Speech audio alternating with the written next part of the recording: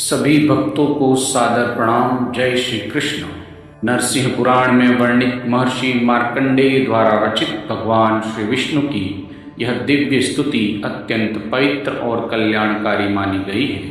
मान्यता है कि इस स्तुति का श्रद्धापूर्वक श्रवण करने से पुण्य की प्राप्ति होती है, मन को शांति मिलती है तथा भगवान विष्णु की असीम कृपा प्राप्त होती है। तो आइए हम सब मिलकर श्रद्धा और भक्ति के साथ सुनते हैं भगवान श्री विष्णु की यह दिव्य स्तुति।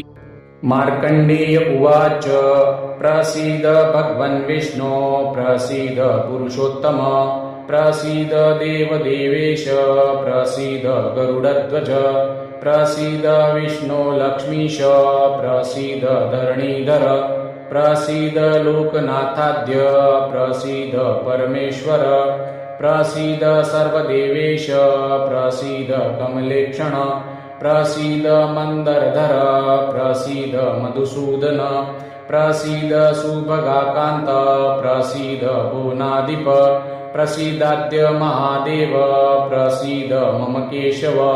जय कृष्ण जयाचिन्त्य जय विष्णु जयाव्यय जय विश्व जयाव्यक्त जय विष्णु नमोस्तुते। जय यज्ञपते नाथ जय विश्वपते विभो जय भूतपते नाथ जय सर्वपते विभो जय विश्वपते नाथ जय दक्ष नमोस्तुते। जय पापहरानन्त जय जन्म जरापः जय भद्रातिभद्रेश जय भद्र नमोस्तुते।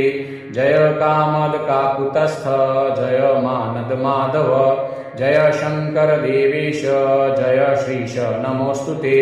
जय कुंकुम रक्ताभ जय पंकजलोचन जय चंदन लिप्तांग जय राम नमोस्तुते। जय देव जगन्नाथ जय देवकीनंदन जय सर्वगुरुज्ञेय जय शंभो नमोस्तुते। जय सुंदर पद्माभ जय सुंदरी वल्लभ जय सुंदर सर्वांग जय वन्द्य नमोस्तुते। जय सर्वद सर्वेश जय शर्मद शाश्वत जय कामद भक्तानां प्रभ विष्णु नमोस्तुते। नमः कमलनाभाय नमः कमलमालिने लोकनाथ नमस्तेस्तु वीरभद्र नमोस्तुते। नमस्ते लोक्यनाथाय चतुर्मूर्ते जगत्पते नमो देवादिदेवाय नमो नारायणाय ते।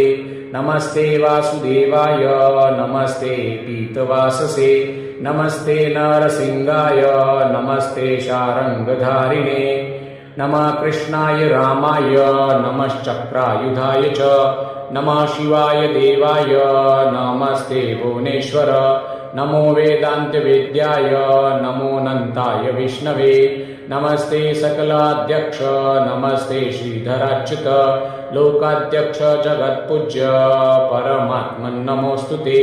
त्वं माता सर्वलोकानां त्वमेव जगतः पिता।